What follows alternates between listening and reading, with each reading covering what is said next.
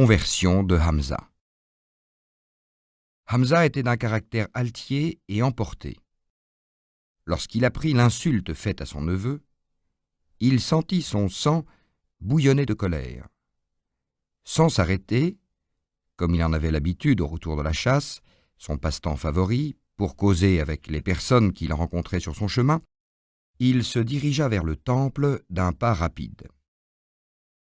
Quand il aperçut Abu Jahel, assis au milieu de son goum, il marcha droit à lui, et brandissant son arc au-dessus de sa tête, d'un coup cinglant, il lui balafra la figure. « Ah, tu injuries mon neveu, lui cria-t-il.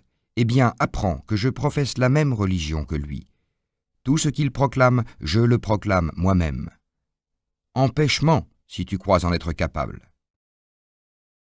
Tous les assistants qui appartenaient à la tribu des Bni Meksoum, dont Abu Jahel était un des seigneurs, se levèrent pour le venger. Mais Abu Jahel, honteux de l'action indigne d'un homme bien né à laquelle la haine l'avait entraîné, les arrêta.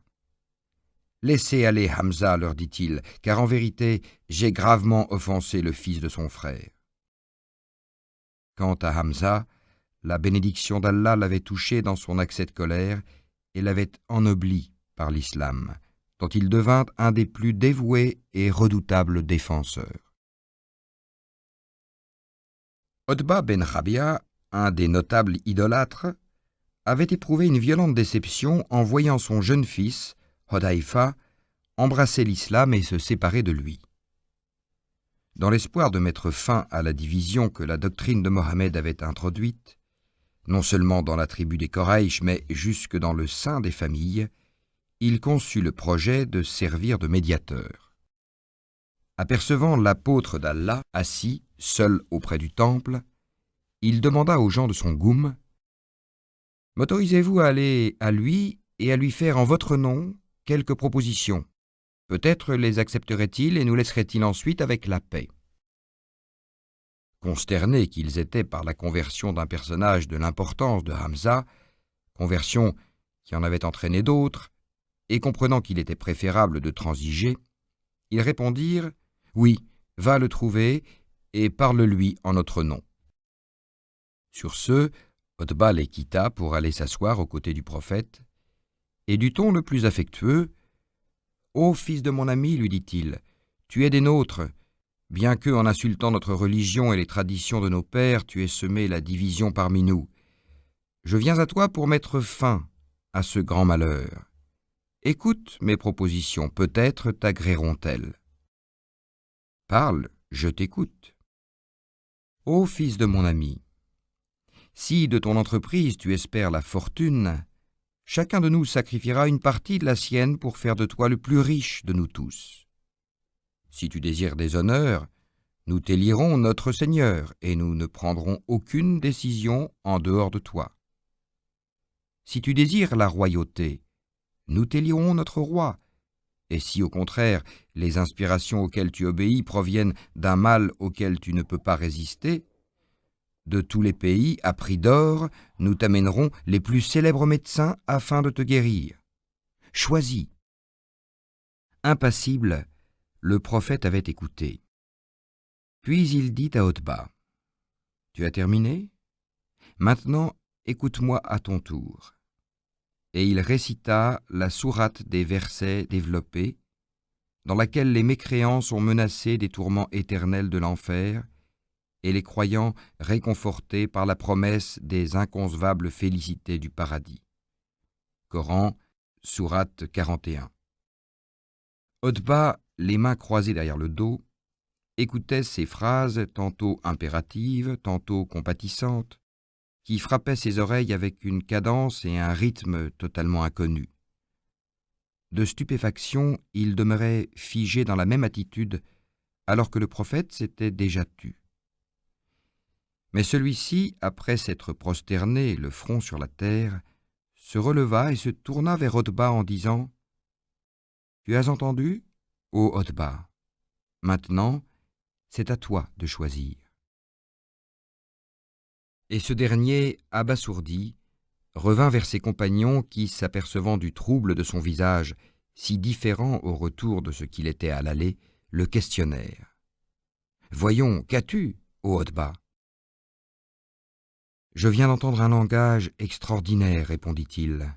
Par nos dieux, je n'en avais jamais entendu de semblable. Ce n'est ni de la poésie, ni de la sorcellerie, ni de la magie.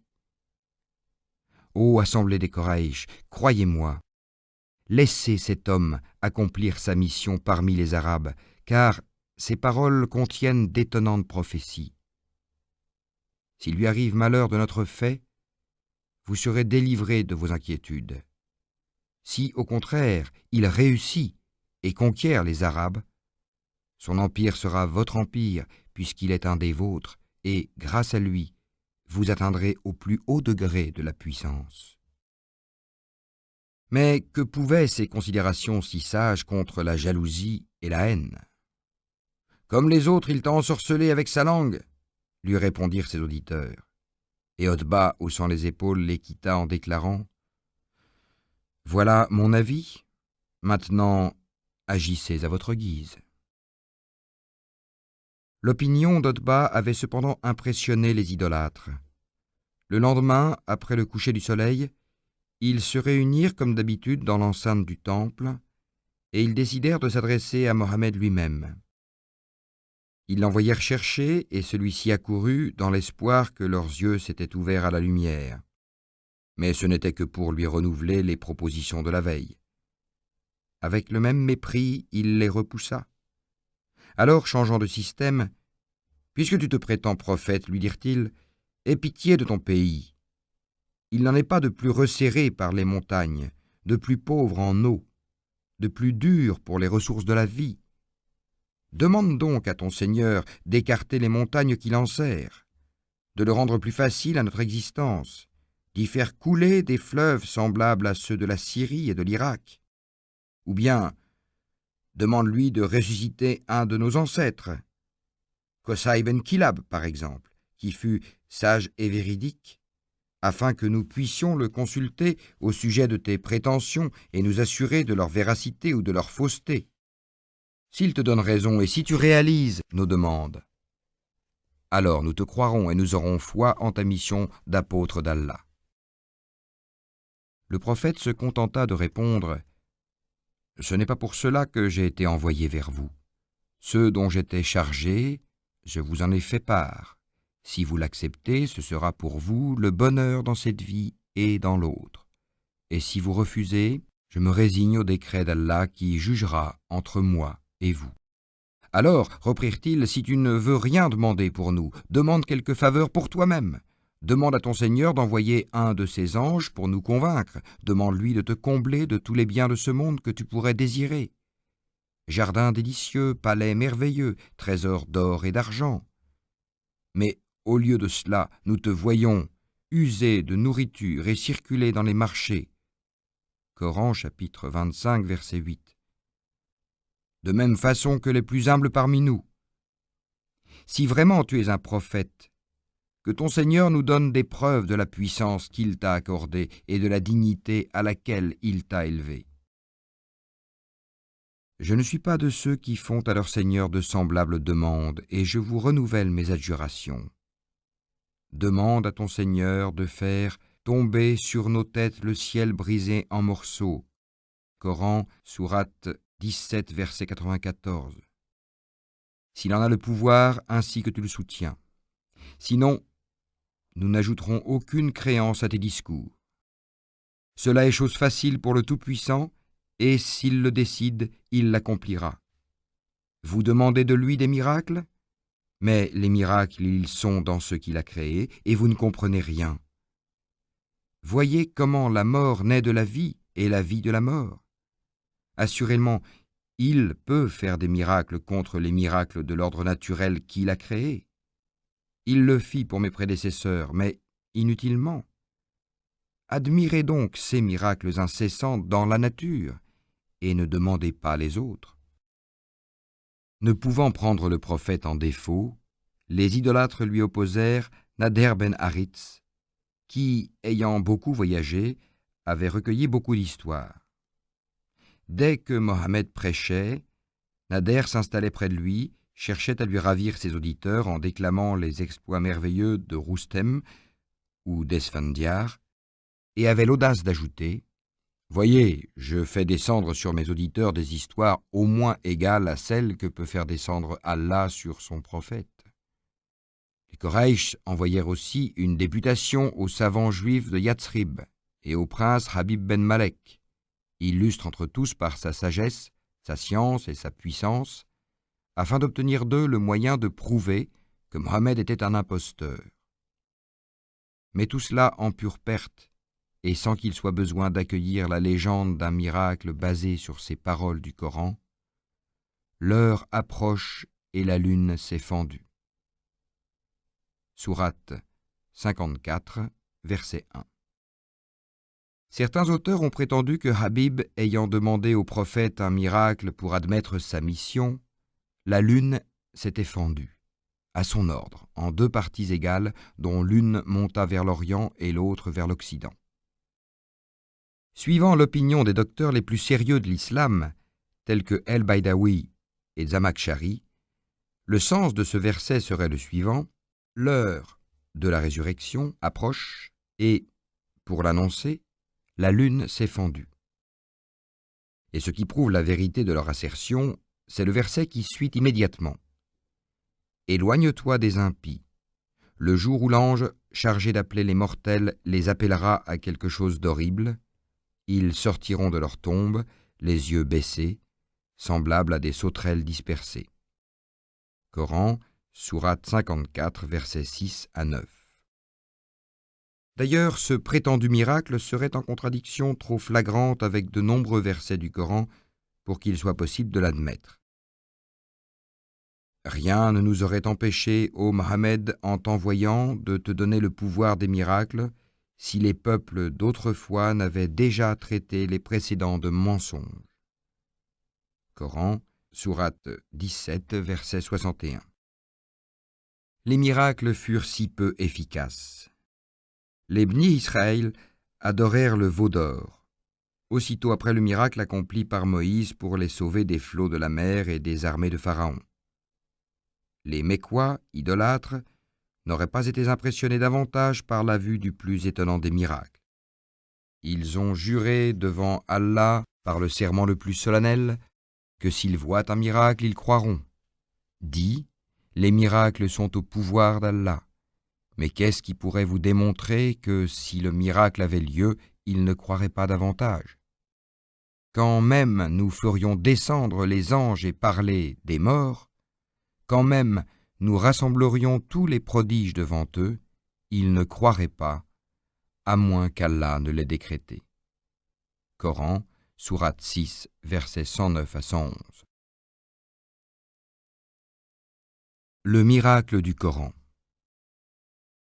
Il était pourtant un miracle, le seul qui fut accordé à Mohammed, qui inquiétait les Quraïsh idolâtres. C'était celui des ayats, mot traduit généralement par verset, mais signifiant en réalité signe miraculeux du Coran. Les miracles accomplis par les précédents prophètes étaient, pour ainsi dire, passagers et par cela même rapidement oubliés. Tandis que celui des versets pouvait être surnommé le miracle permanent. Sans cesse, il agissait, en tout lieu, en tout temps, chaque fidèle, en les récitant, pouvait le réaliser.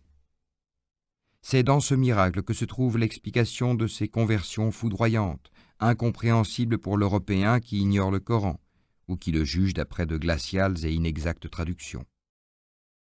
Le charme miraculeux de ce livre, qui n'a d'analogie avec aucun des chefs-d'œuvre de la littérature humaine, n'a pas besoin d'explication pour nous, musulmans, puisque pour nous, il émane de la parole d'Allah lui-même, descendue par la bouche de son prophète.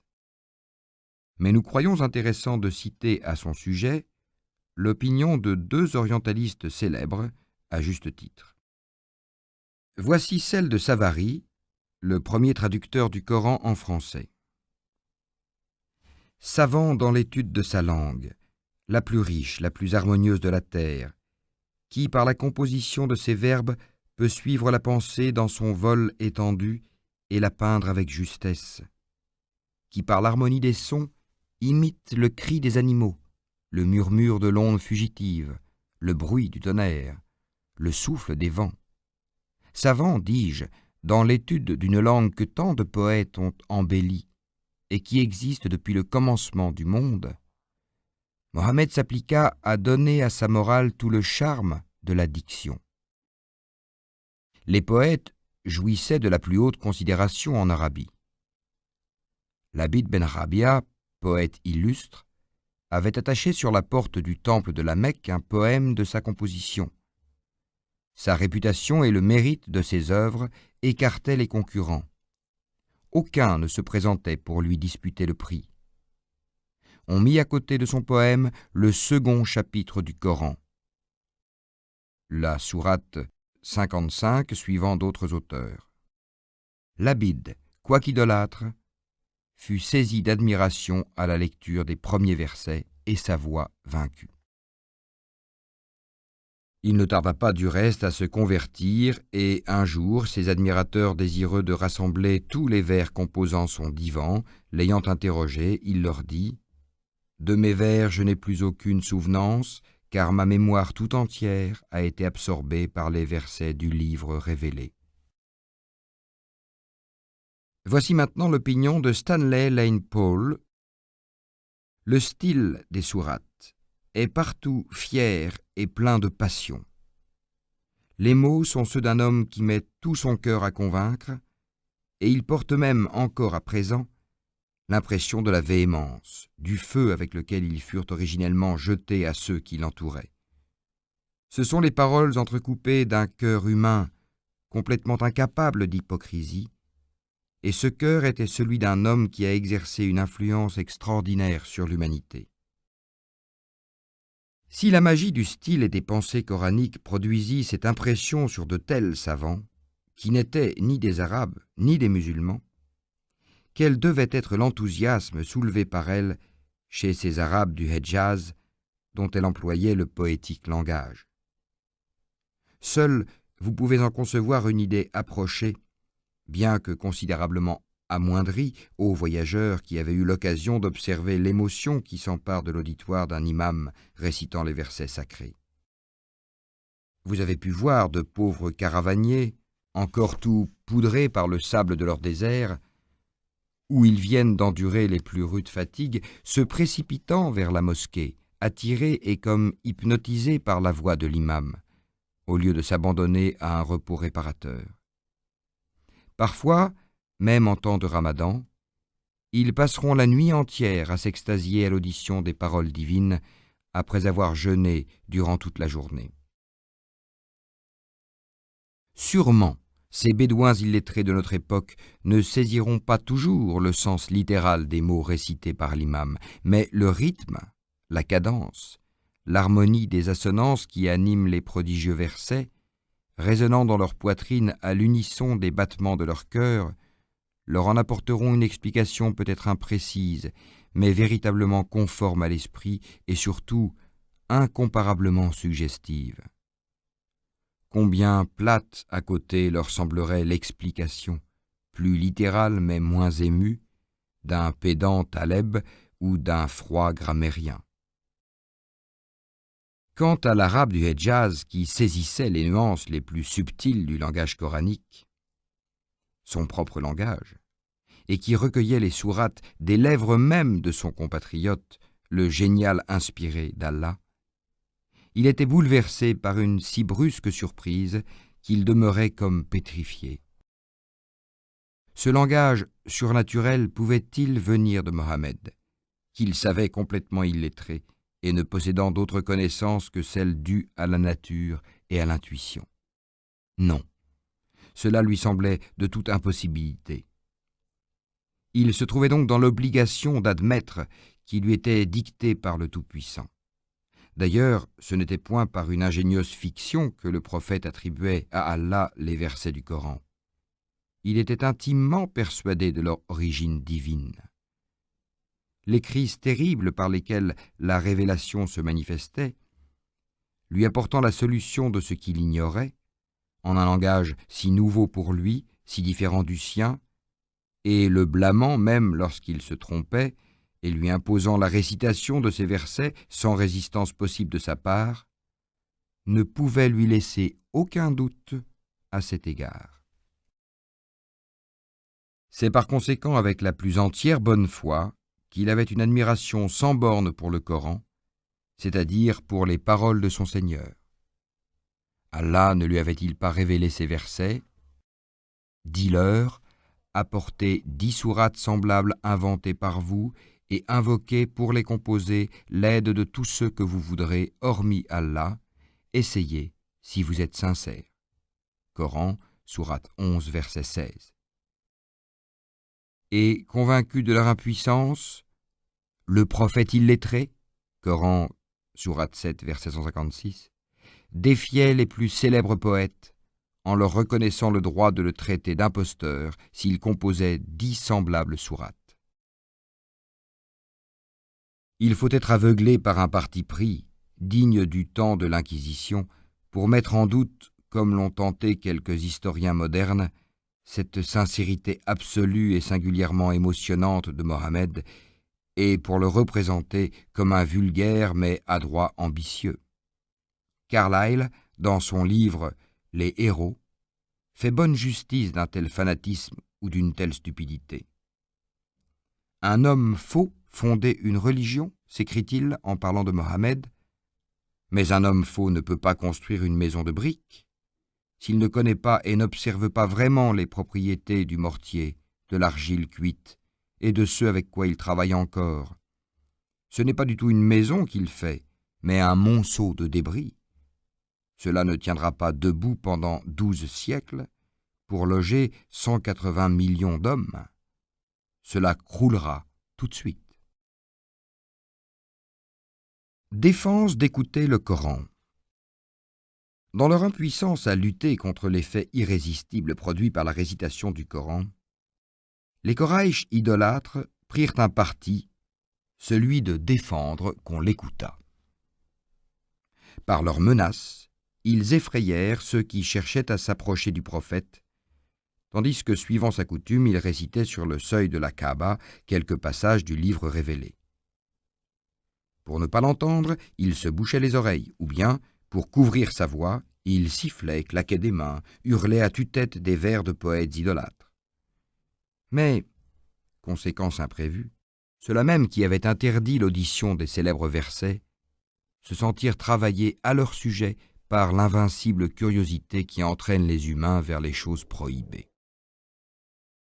Une nuit, Abu Sofyan, Abu Jahel et El-Haknas sortirent de leur demeure pour se rendre à l'insu les uns des autres vers la maison du prophète. Et là, l'oreille collée contre la muraille, ils s'efforcèrent de surprendre la récitation de quelques-unes des divines sourates.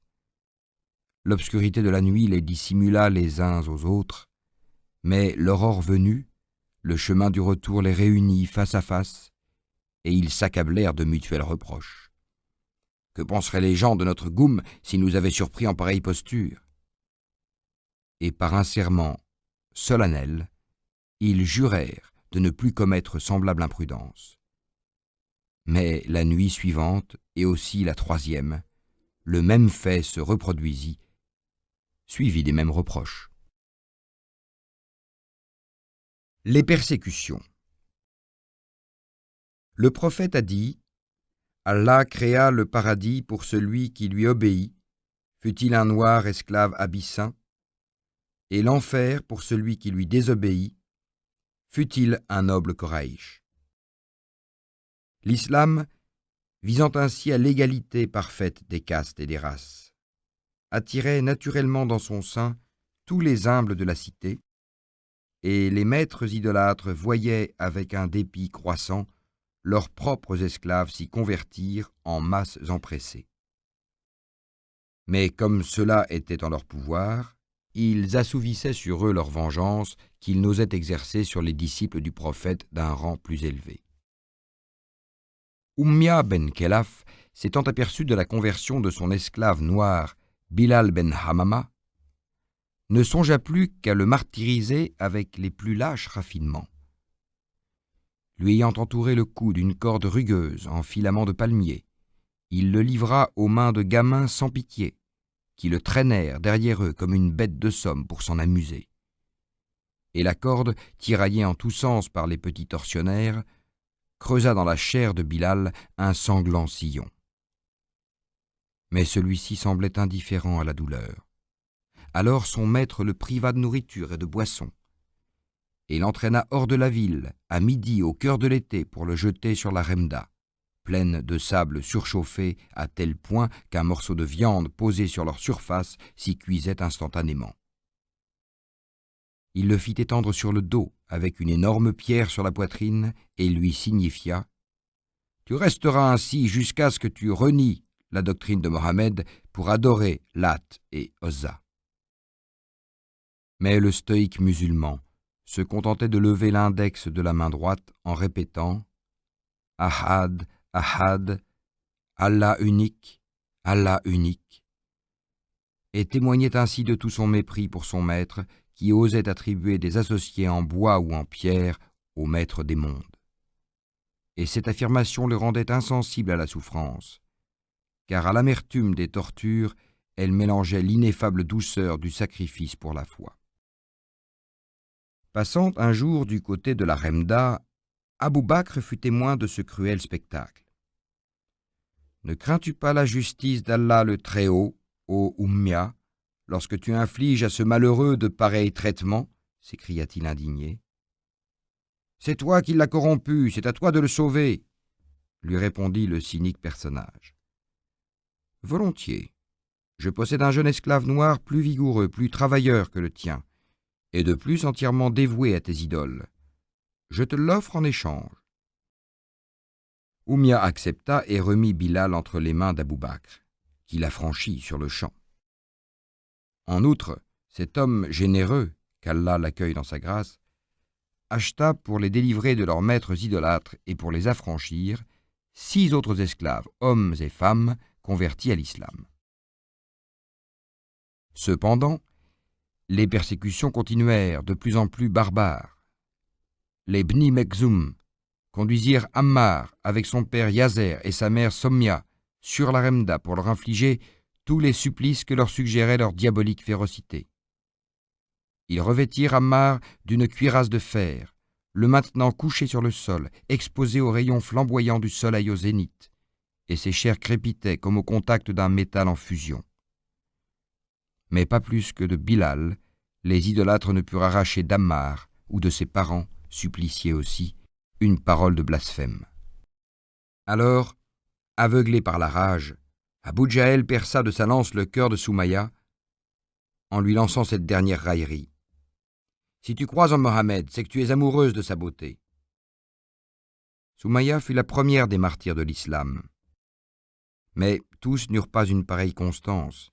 Quelques fidèles, affaiblis par les privations et les tortures au point de ne pouvoir se tenir debout, finirent par laisser échapper de leurs lèvres, malgré eux, le blasphème qui devait les délivrer.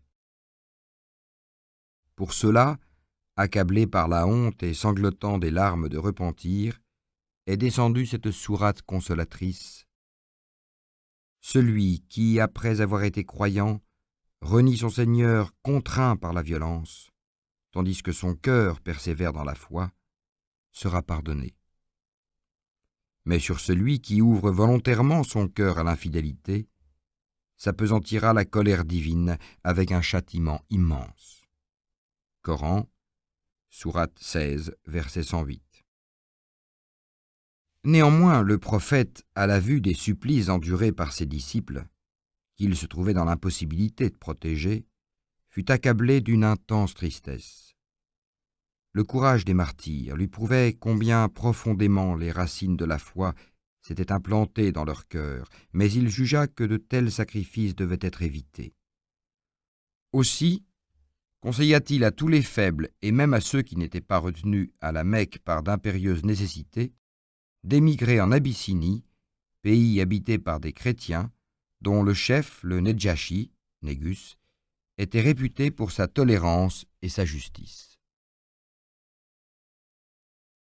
L'émigration en Abyssinie en l'an 615 de l'ère chrétienne. 16 musulmans partirent en premier. Parmi eux, Othman ben Affan et sa femme Rogeya, une des filles du prophète. En secret, à pied, ils sortirent de la Mecque. Ayant gagné le bord de la mer Rouge, ils louèrent une felouque qui les transporta sur l'autre rive, et de là, ils se rendirent à la cour du Nedjashi, qui leur fit un bienveillant accueil. Une autre caravane ne tarda pas à les rejoindre, et la petite colonie musulmane réfugiée en pays abyssin se trouva composée de 83 hommes et de 18 femmes. Exaspérés de voir leurs victimes leur échapper, plus furieux encore de compter au nombre des émigrants des membres de leur propre famille, entre autres Ouman Habiba, fille d'Abu Sofyan, les idolâtres envoyèrent au Nedjashi 2 ambassadeurs, Amer ben el-Has et Abdallah, fils d'Abu Rabia, porteurs de riches présents, afin de réclamer les fugitifs qu'ils représentèrent comme de dangereux agitateurs capables de révolutionner son royaume. Le Nedjashi avait constaté le contraire. Par leur vertu, les réfugiés s'étaient attiré l'estime et la sympathie de ses sujets. Il était donc peu disposé à accueillir favorablement la requête des ambassadeurs, malgré la valeur de leur présent. Ceux-ci songèrent alors à éveiller les susceptibilités religieuses du monarque chrétien et à le mettre en garde contre le danger islamique. « Sache, lui dirent-ils, quel est le but de ces imposteurs. Sache qu'ils sont venus dans ton empire pour détourner tes sujets de la religion de Jésus, de même qu'ils ont cherché à détourner les Koraïch de celle de leurs ancêtres. Et si tu désires une preuve de notre véracité, interroge-les sur leur opinion à l'égard de Jésus, votre Seigneur. » Le Nedjashi se rendit à leur avis. Il questionna les plus savants d'entre les émigrés, et de Jaffer, cousin de Mohammed et fils d'Abu Taleb, il reçut cette réponse. Voici les versets révélés au prophète. Certes, le Messie Aïssa Jésus, fils de Myriam Marie, est l'apôtre d'Allah et son Verbe, qu'il fit descendre dans le sein de Myriam.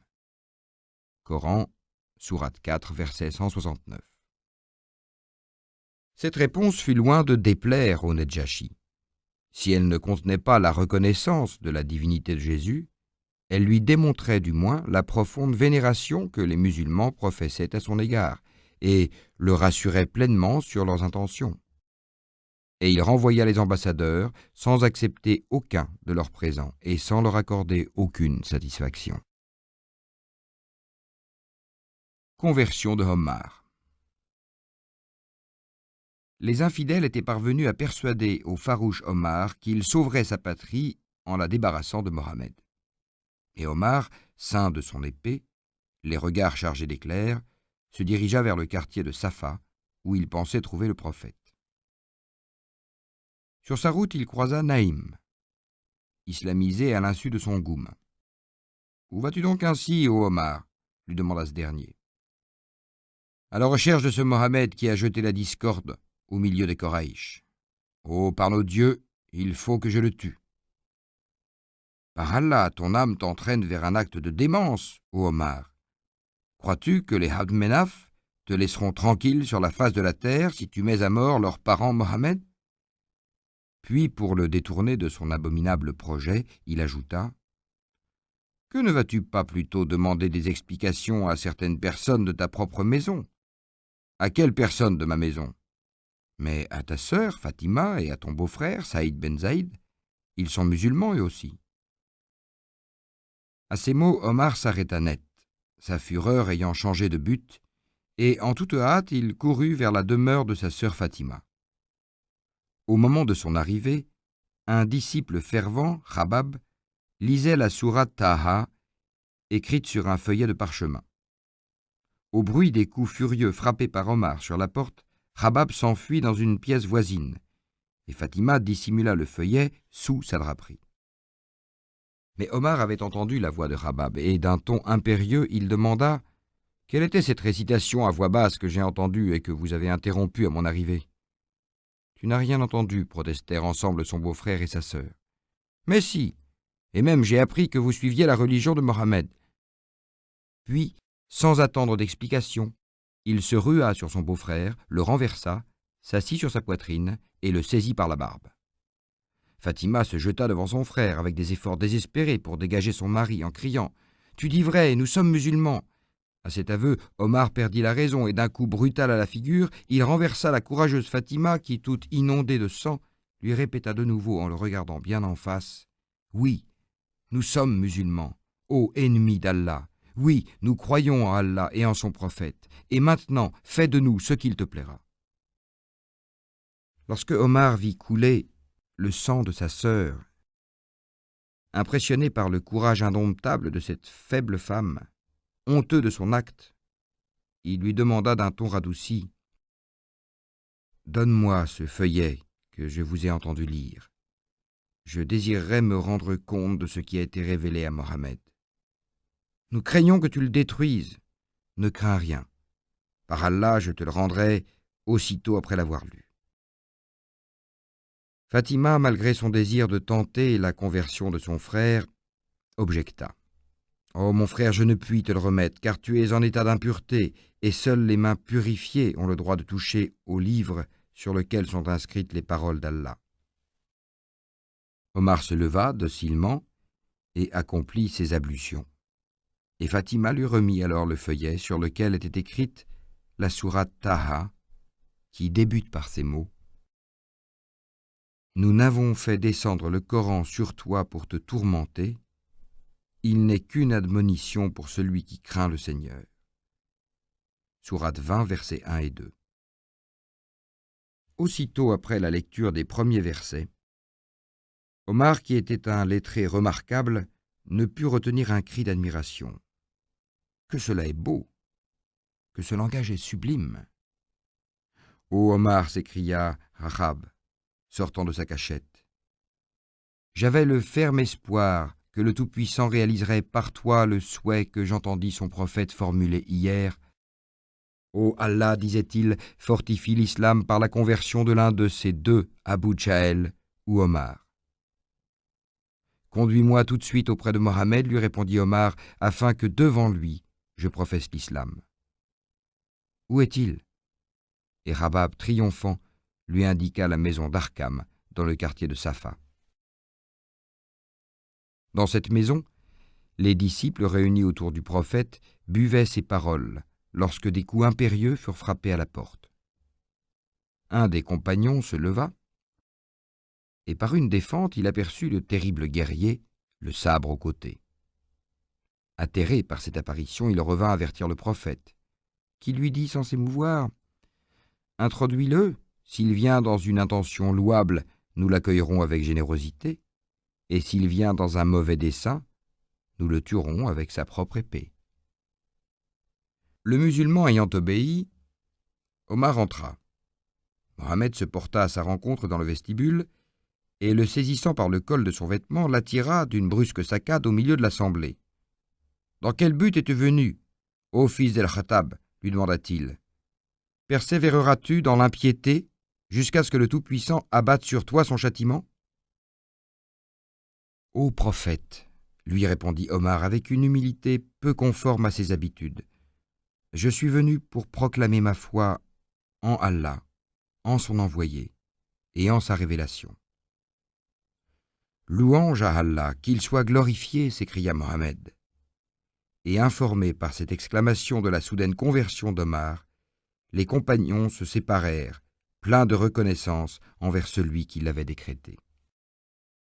Omar n'était pas homme à patienter et à dissimuler ses convictions. Dans la rue, il arrêta le premier passant, un certain Jemil ben Ma'amar, de la tribu des Djoumma, pour lui dire « Sais-tu, ô Jemil, que je suis devenu musulman ?»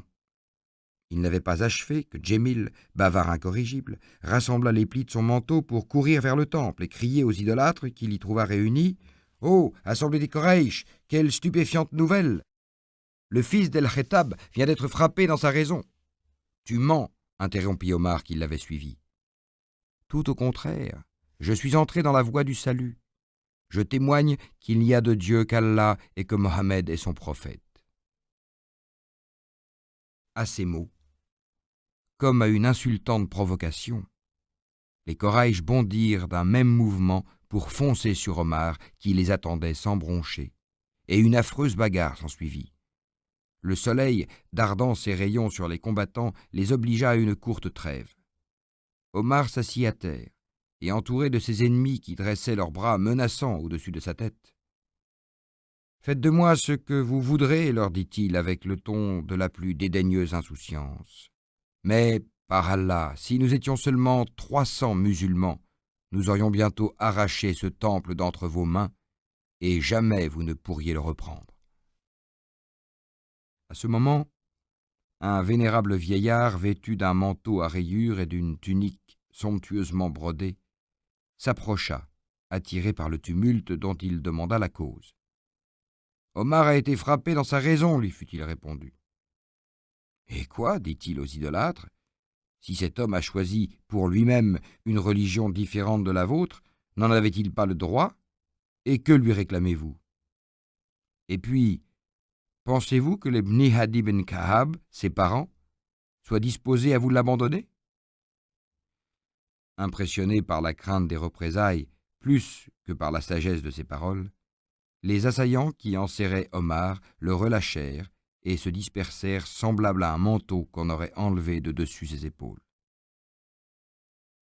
Personne, hormis Mohammed, n'osait prier en public.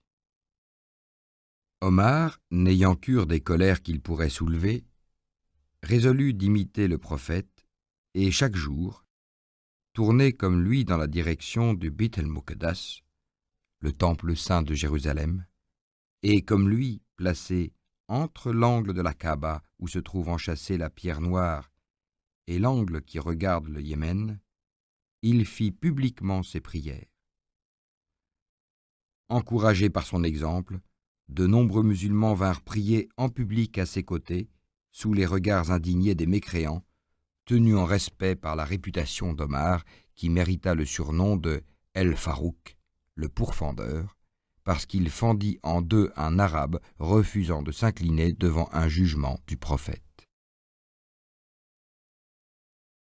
L'exil des Bni Hachem en l'an 616 de l'ère chrétienne.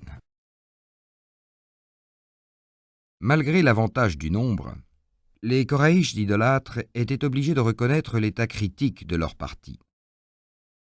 S'ils ne coupaient court à l'irrésistible mouvement qui provoquait chaque jour de nouvelles conversions, c'en était fait de leur domination sur les Arabes. Ils se réunirent, et après s'être consultés, ils s'engagèrent à rompre toute relation avec les Bni Hachem et les Bni Muthaleb, qui seraient bannis de la Mecque, jusqu'à ce qu'ils aient consenti à livrer Mohammed, leurs parents. Et pour s'interdire toute velléité de manquer à leurs paroles, ils écrivirent les conditions de ce pacte sur un feuillet de parchemin qu'ils suspendirent à l'intérieur de la Kaaba. Leur plan était des plus adroits. En effet, parmi les Bni Hachem et les Bni Muthaleb se trouvait un certain nombre d'idolâtres qui, pensaient-ils, refuseraient de se solidariser avec Mohammed et de souffrir pour sa cause. C'était donc introduire la discorde dans la famille même du prophète. Mais contrairement aux prévisions des idolâtres, l'exemple de l'oncle de Mohammed, Abu Taleb, entraîna tous les membres de sa famille, à l'exception de l'irréductible Abu Lahab, dans un sentiment d'unanime solidarité. Et dans ce fait, il est permis de deviner une des raisons qui empêchèrent Abu Taleb d'embrasser la religion islamique, au triomphe de laquelle il collabora si efficacement. Il pouvait se souvenir de l'ironie d'Abu Lahab, lui disant « Il ne te reste plus qu'à obéir à ton fils Ali, puisque Mohammed l'a choisi comme lieutenant. » Sa fierté pouvait lui faire redouter certaines plaisanteries. « J'embrasserais volontiers l'islam, déclara-t-il un jour, si je ne craignais de devenir la risée des Mécois me regardant prier. » Mais ces considérations ne l'auraient point retenu s'il n'avait songé que la protection dont il couvrait son neveu, si menacé, perdrait toute efficacité dès le jour où il aurait lui aussi renié la religion de ses pères.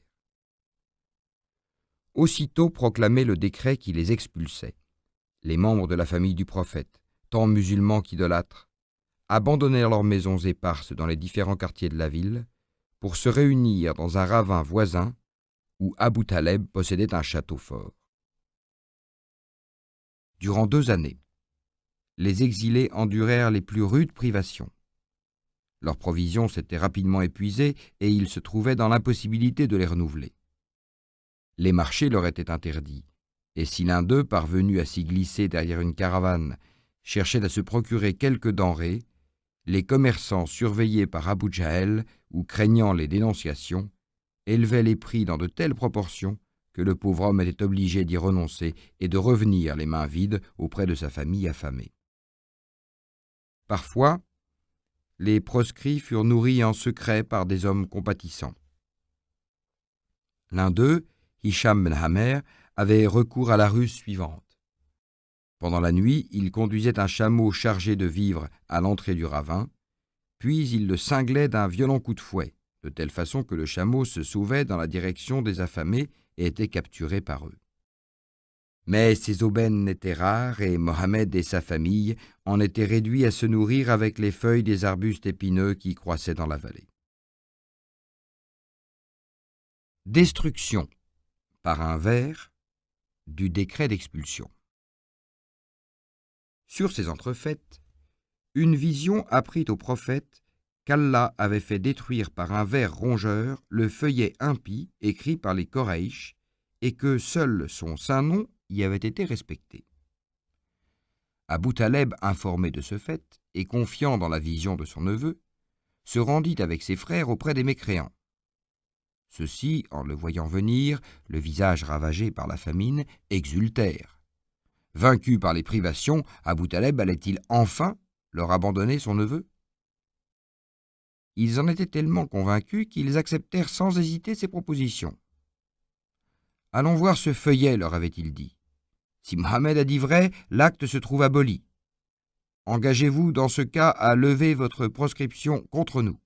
Et moi, de mon côté, je m'engage à livrer Mohammed entre vos mains s'il a menti. » 3 cachets scellaient l'acte, qui, depuis son dépôt dans la Kaaba, n'avait été ni vu ni touché par personne. Il semblait donc impossible aux ennemis d'Allah que la vision du prophète fût fondée. Et, déjà triomphants, ils se rendirent avec Abu Taleb au temple afin de constater l'état du feuillet de parchemin. Les paroles du prophète s'étaient réalisées. De l'acte en question, tout ce qui était injustice et impiété avait été détruit par le ver rongeur, et il ne restait plus qu'une mince bande de parchemin sur laquelle se lisaient ces mots « En ton nom, ô Allah ». Cette constatation plongea les idolâtres dans une indicible stupeur. Abu Jahl en sortit le premier et tenta de revenir sur l'engagement pris par les Quraïsh. Mais alors un certain nombre d'entre eux, Hicham ben Amer, Zohair ben Abi Ummia, Mutim ben Hadi, etc., qui, lésés dans leurs intérêts et leurs relations par cet odieux décret, ne l'avaient signé que contraint et forcé, protestèrent les uns après les autres. Cet acte inique auquel nous n'avons adhéré qu'à contre-cœur n'existe plus. Le pacte impie qu'il contenait donc doit être annulé. Devant ce prodige et ces véhémentes protestations, Abu Jahl fut contraint de s'incliner. Le pacte fut donc annulé, et les Bni Hachem et les Bni Moutaleb rentrèrent librement dans leur foyer. Mort d'Abu Taleb et de Khadija.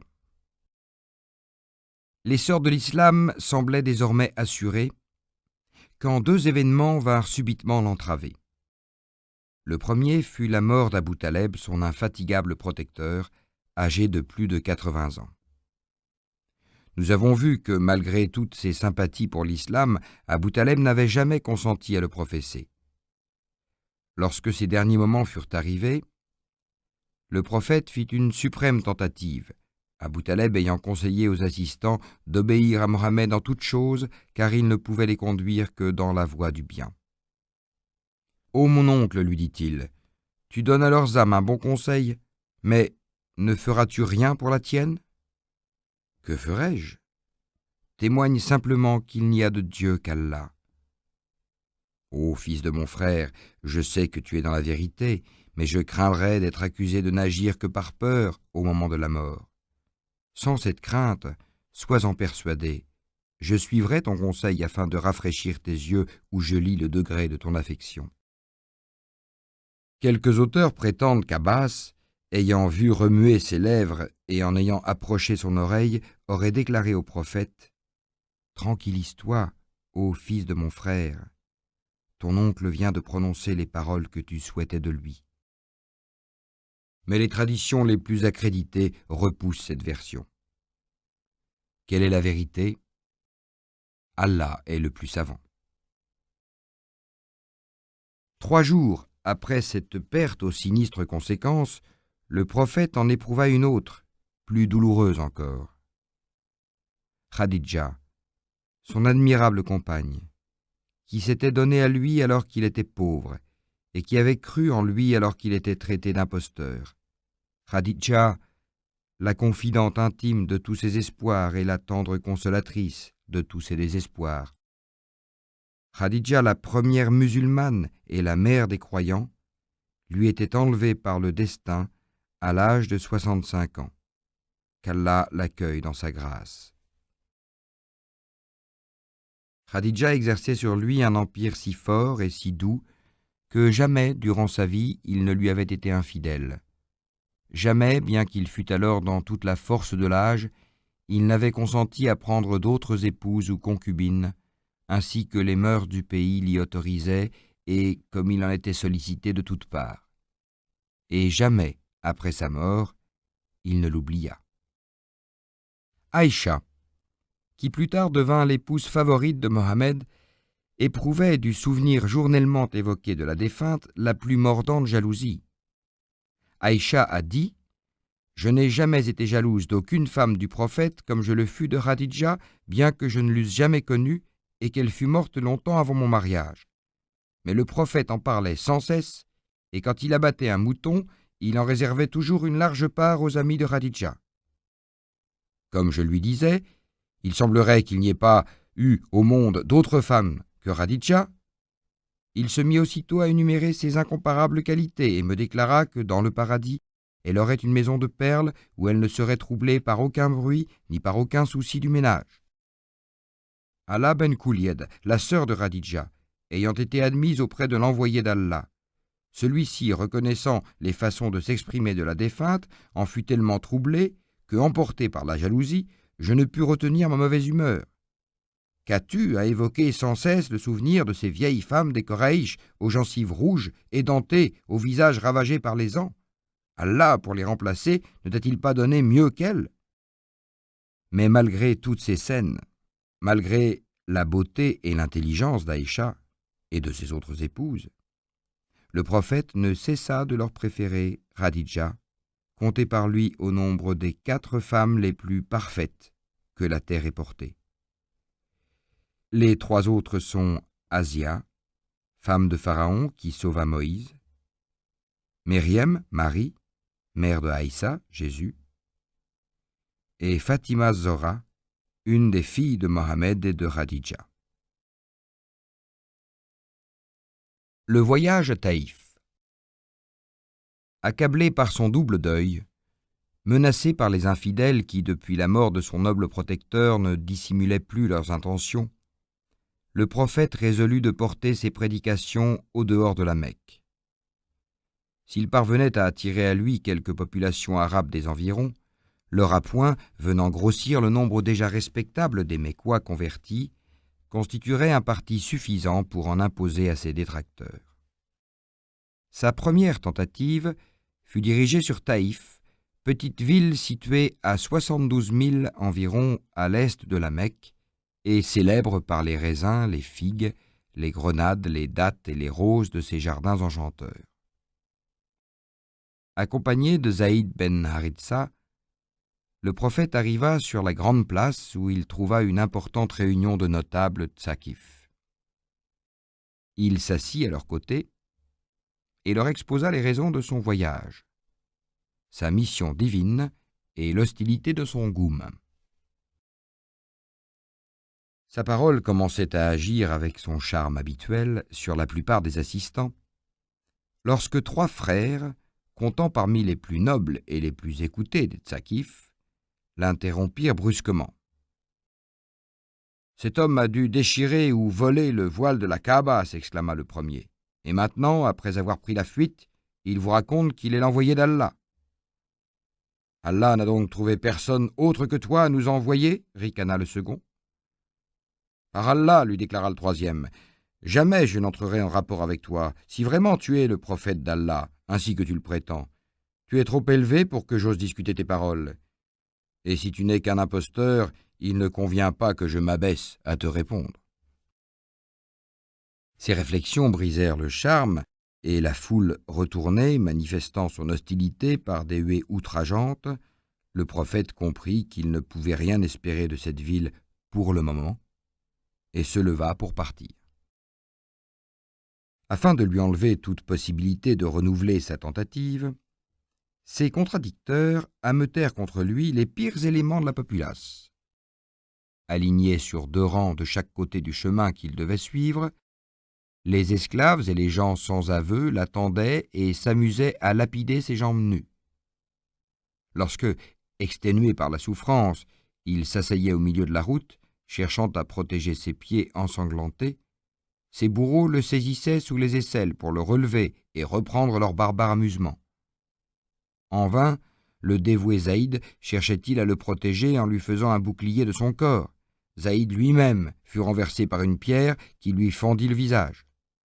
Trébuchant, se relevant, se traînant au milieu des risées, Mohammed et son compagnon atteignirent enfin le mur d'un jardin derrière lequel ils trouvèrent un abri, et ils tombèrent, épuisés, à l'ombre d'un arbre recouvert de pampres grimpants. « Ô Allah » s'écria le prophète, « je me plains à toi de la débilité de mes forces et de l'échec de mon zèle à l'égard de ces hommes. Ô toi, le plus clément et le plus miséricordieux, tu es le Seigneur des faibles et tu es mon Seigneur. Je n'ai personne autre que toi sur qui je puisse m'appuyer. Mais si tu n'es pas irrité contre moi à cause de mon impuissance à faire aimer et respecter tes paroles, toutes les épreuves auxquelles je suis soumis me sont indifférentes. » Les misérables n'osèrent pas pénétrer à la suite de leurs victimes dans le jardin. Les propriétaires, gens charitables, indignés par la scène dont ils avaient été les témoins, ordonnèrent à Hadas, leur jardinier, de cueillir des grappes de raisin et de les porter dans une corbeille à leurs hôtes momentanés. Lorsque l'inflammation de leurs membres couverts de meurtrissures eut été calmée par le repos sous cette ombre bienfaisante, et la soif de leur gosier apaisée par le suc mielleux des raisins renommés de Taïf, le prophète et son compagnon reprirent le chemin de la Mecque.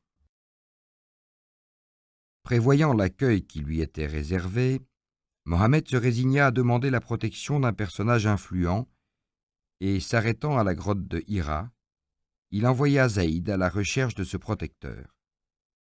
Après 2 tentatives infructueuses auprès d'El-Ahnas et de Sahil, qui se récusèrent, Zaïd alla trouver Motham ben Adi, lequel, ayant consenti à assumer sur lui cette responsabilité, arma les gens de sa maison et les réunit dans l'enceinte de la Kaaba.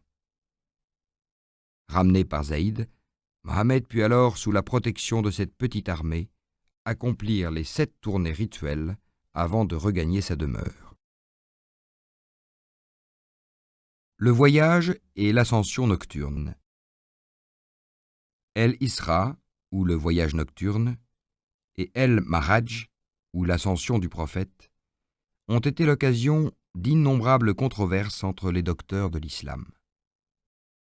Les uns estiment que ce voyage miraculeux a été accompli réellement, corporellement, tandis que les autres, s'appuyant sur les traditions les plus autorisées, parmi lesquelles celle d'Aïcha, épouse favorite du prophète et fille d'Abou Bakr, soutiennent que seule l'âme de Mohammed accomplit ce voyage, dans lequel il ne fallait voir qu'une vision véridique, comme le prophète en eut fréquemment pendant son sommeil. Une nuit, la 27e du mois de Rabia el-Awwal, l'ange Djibraïl, chargé de diriger les astres de la lumière, reçut du Tout-Puissant l'ordre d'augmenter l'éclat de la lune d'une partie de l'éclat du soleil et celui des étoiles d'une partie de celui de la lune, afin que le firmament nocturne fût resplendissant de clarté. Puis, de descendre près de Mohammed endormi et de l'élever jusqu'à lui à travers les 7 zones du ciel. Le prophète a dit : « J'étais plongé dans le sommeil lorsque Djibraïl m'apparut, amenant à moi El-Burak, la monture habituelle des prophètes.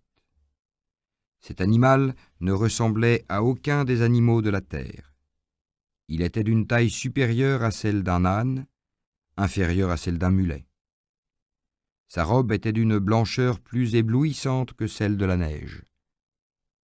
Il avait une figure humaine, mais était privé de la parole. De grandes ailes d'oiseau lui servaient à s'élever dans les airs et à fendre les espaces. Sa crinière, sa queue, ses plumes, son poitrail étaient brodés des gemmes les plus précieuses qui scintillaient comme des milliers d'étoiles. Je le montai, et en un clin d'œil, il me transporta du temple d'El-Haram à celui d'El-Aqsa, c'est-à-dire du temple sacré de la Mecque au temple éloigné de Jérusalem. Je mis pied à terre et je l'attachai à l'anneau auquel l'attachèrent les prophètes. Un homme se présenta devant moi, m'offrant une coupe de lait et une coupe de vin. Je bus le lait, je repoussai le vin. Et Djibril, qui m'avait accompagné sans me devancer ni se laisser devancer par moi, m'approuva. « Si tu avais choisi le vin de préférence au lait, me dit-il, ton peuple eût préféré l'erreur à la vérité. » Puis, après avoir visité le temple, le prophète gravit la Saha, la roche sacrée, abritée aujourd'hui par la merveilleuse coupole de la mosquée d'Omar, qui s'inclina pour l'honorer et lui permettre de remonter sur El-Burak. Toujours sous la conduite de son céleste guide, il continua son voyage en s'élevant à travers les cieux. Nous ne suivrons pas dans tous leurs détails les descriptions de cette ascension ou Mahraj. Certains auteurs, les persans surtout, y ont donné libre cours à leur imagination, tandis que d'autres, plus sérieux, tels que Ibn Hisham, Ibn Sa'ad ou Abul Fida, se sont bornés à un récit d'une extrême simplicité. Nous mentionnerons simplement la rencontre de Mohammed avec les prophètes qui l'avaient précédé, Abraham, Moïse et Jésus. Puis sa visite au paradis, réservé aux croyants, dont les jardins se parfumèrent en son honneur, et à l'enfer destiné aux infidèles, dont les flammes se figèrent au moment de son passage. Après avoir traversé les 7 zones des cieux, il ne tarda pas à entendre les grincements des calames écrivant sur le livre de la destinée et les actions de grâce des anges glorifiant le Très-Haut. Il arriva enfin au Sedret el-Montaha, ou lotus de la limite, et à cet endroit, Djibril se sépara de lui en lui disant : « Ici est la limite de la connaissance, ici je dois m'arrêter.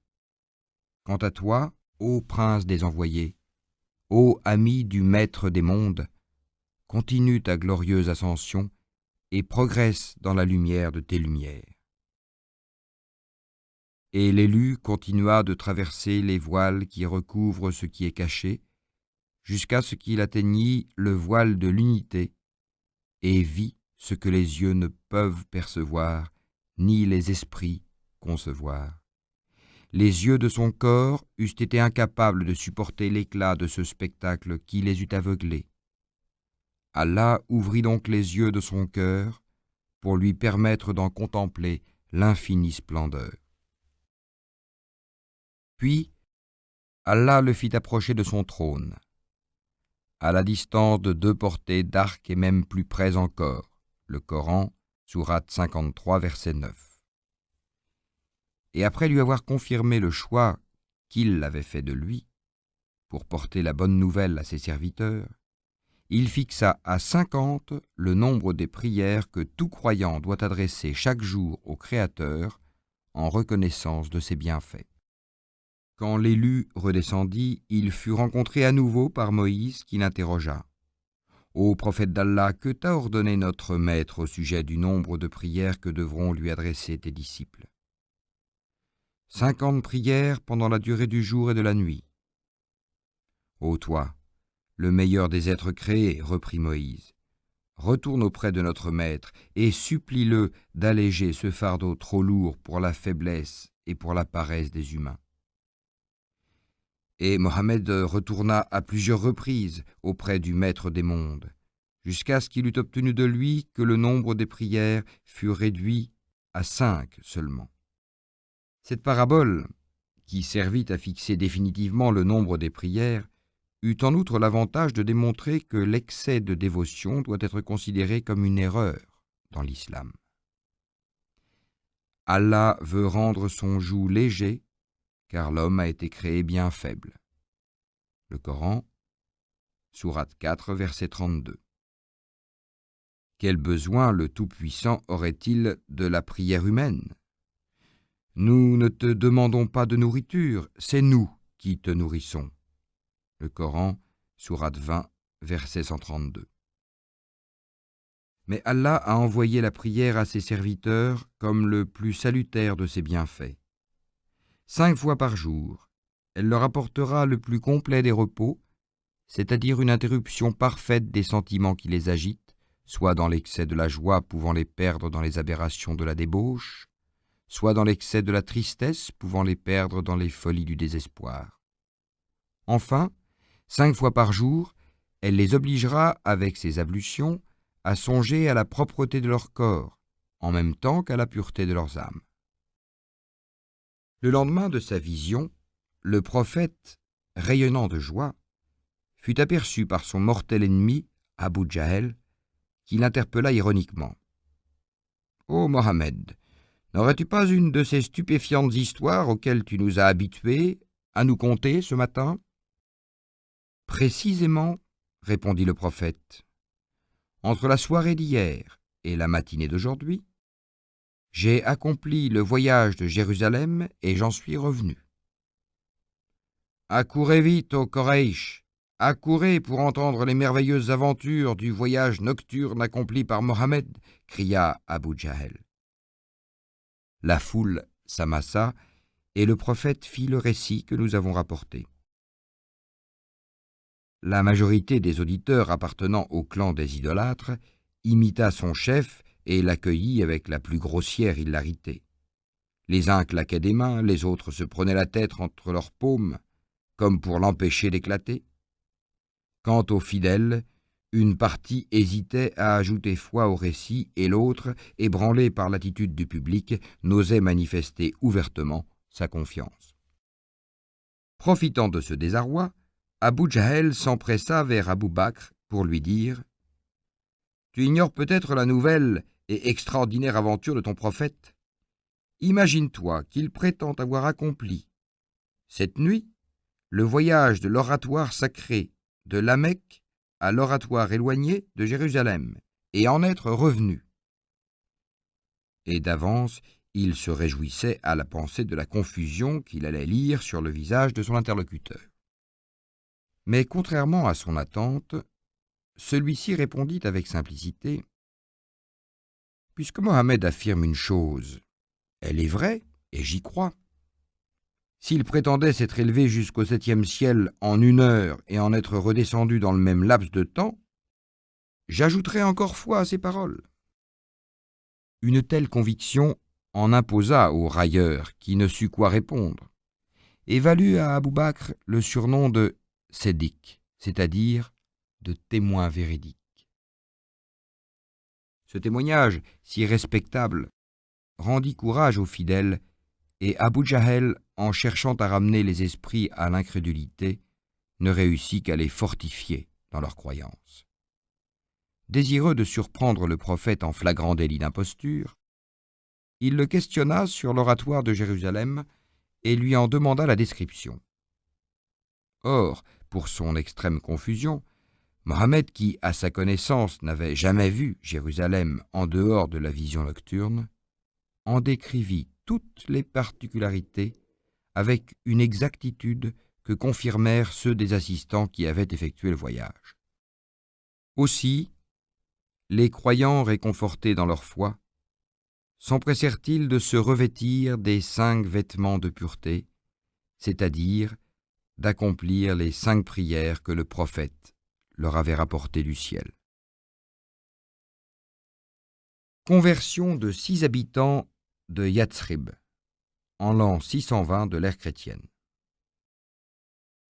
Vers la fin de cette année, Othman ben Affan et sa femme, Rogeya, revinrent d'Abyssinie avec quelques émigrés, dont l'un, Soukran, mourut à son arrivée.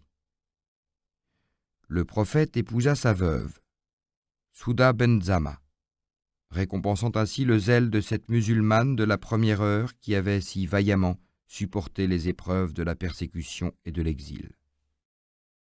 De même, désireux de reconnaître l'inaltérable dévouement d'Abou Bakr le véridique et de se l'attacher plus étroitement encore par une alliance, il épousa vers la même époque sa fille Aïcha, bien qu'elle fût à peine âgée de 10 ans. Mais avec cette dernière, le mariage ne devait être consommé qu'après plusieurs années, après l'hégire même, à El-Médine. Malgré l'énergique affirmation d'Abou Bakr, malgré l'action fortifiante produite sur le zèle des croyants par la réglementation des 5 prières, le récit de l'ascension nocturne n'avait valu à l'islam que peu d'avantages. Il avait plutôt fourni à ses ennemis l'occasion d'un demi-triomphe qui leur permettait de redoubler leurs plaisanteries et leurs persécutions. Pour tout autre que Mohammed, la situation aurait paru désespérée. Mais celui-ci ignorait le découragement. Il savait que le Tout-Puissant n'abandonnerait jamais son apôtre auquel il avait révélé ces versets. « Dis, je cherche un secours auprès du Maître des hommes, Roi des hommes, Dieu des hommes, contre les méchancetés de celui qui susurre les mauvaises pensées et se dérobe, le démon, après avoir susurré le mal dans les poitrines des hommes, contre les génies et contre les hommes. » Le Coran, sourate 114, versets 1 à 6. Mais remettant à plus tard la conversion des habitants de la Mecque, le prophète tourna ses efforts vers celle des Arabes étrangers à la ville, attirés en masse par les cérémonies du pèlerinage autour de la Kaaba. Dans les foires qui avaient lieu à cette occasion, il courait infatigable, de groupe en groupe. Mais non moins infatigable, son oncle Abou Lahab s'attachait à ses pas et dès qu'il voyait un cercle se former autour de lui, « N'écoutez pas cet homme » criait-il à ses auditeurs. « Il n'a d'autre intention que de dépouiller vos âmes du culte de Lat et d'Uzza pour vous duper avec le dogme insensé qu'il prétend avoir reçu la mission de prêcher. » Et ces paroles provoquaient la méfiance des Arabes qui s'éloignaient de Mohammed avec des observations de ce genre. « Tes concitoyens te connaissent mieux que nous, commence par les convaincre. » Ou bien, « Si Allah t'accordait le triomphe, ton triomphe ne serait pas pour nous, mais pour ton goum. Nous n'avons donc aucun avantage à lier partie avec toi. » Ce mauvais accueil n'arrêtait point le prophète, et il n'arrivait aucun personnage important à la Mecque qu'il ne courut immédiatement à lui. Un jour, sur la colline d'Aqaba, il aborda un groupe de 6 nouveaux arrivants, et avec sa bonne grâce habituelle, il leur demanda « Qui êtes-vous, ô Seigneur ?»« Nous sommes des Khazraj. N'êtes-vous pas les maîtres des Juifs établis à Yathrib ? » ?»« Nous sommes leurs maîtres, en effet. »« Ne vous asseyerez-vous pas en cet endroit afin que je vous entretienne un instant ? » ?»« Volontiers. » Ils s'assirent à ses côtés, et il les appela à l'islam en leur récitant des versets du Coran. Charmés par son éloquence et par la nouveauté de ses paroles, les Khazraj l'écoutèrent attentivement et se mirent à réfléchir. Les Juifs qui habitaient leur pays et qui avaient été soumis à leur joug étaient des gens fort versés dans la connaissance des Écritures sacrées. Or, chaque fois qu'il s'élevait entre eux et leur maître une contestation, ils murmuraient : « Un prophète est attendu et son heure est venue. Nous le suivrons et, grâce à son appui, nous triompherons de vous et nous deviendrons vos maîtres à notre tour. » Aussi, tandis que Mohammed leur parlait, ils se consultaient du regard les uns les autres, et ils finirent par conclure : « Voilà évidemment le prophète dont nous menacent les Juifs. Ne nous laissons pas devancer par eux auprès de lui. »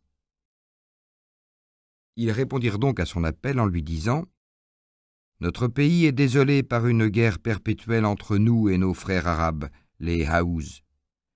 Nous irons les trouver, nous les convierons à ton œuvre et à ta religion. Et si Allah nous réconcilie et nous réunit par ton entremise, il n'existera plus dans toute l'Arabie d'homme aussi puissant que toi. »